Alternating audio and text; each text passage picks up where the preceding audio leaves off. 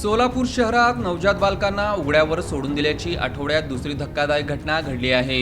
अवघ्या आठवड्यापूर्वीच नवी वेस पोलीस चौकी शाळेजवळ एक नवजात अर्भक आढळून आल्याची घटना ताजी असतानाच आता नई जिंदगी परिसरातील किस्तीनगर भागात एका वीटभट्टीजवळ सुनसान जागेत नुकतेच जन्मलेला पुरुष जातीचा नवजात अर्भकाला पिशवी टाकून दिल्याची हृदयद्रावक घटना उघडकीस आली आहे।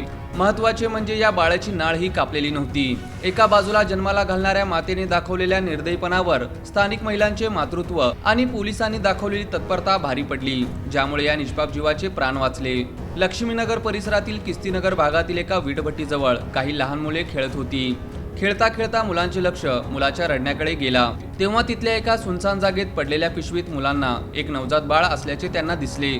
मुलांनी तत्परता दाखवत तिथून जाणारे नागरिक शब्बीर शेख यांना ही माहिती दिली। शेख यांनी तात्काळ तिथे जाऊन पडताळणी केली आणि पिशवीत जिवंत बाळ असल्याचे पाहून त्यांनी तातडीने एमआयडीसी पोलिसांना संपर्क साधला। या घटनेची माहिती मिळताच एमआयडीसी पोलीस ठाण्याचे अंमलदार इरफान पिरजादे आणि रमेश रोमन यांनी कसलाही विलंब न लावता तात्काळ घटनास्थळी दाखल झाले। पोलीस पोहोचण्यापूर्वीच परिसरातील स्थानिक महिलांनी त्या उघड्यावर पडलेल्या बाळाला आपल्या कडेवर घेतले होते। हाँ, वहाँ तारक करने से बैठा था तो बच्चे को थैली के अंदर कैरी बैग के अंदर डाल कर फेंक दे। कहाँ? इधर आगे बेटा भट्टी के आगे। ये कौन सा नगर है? महालक्ष्मी नगर। महालक्ष्मी नगर है। चिश्ती नगर। कितने बजे हुआ ये? अभी 10-15 मिनट पहले। तो टाइमिंग क्या? 6 बजे। 6-7 बजे। 6-7। कितने महीने का रहेंगे बच्चा? 20-25 कैरी बैग में डाले को सटे थे?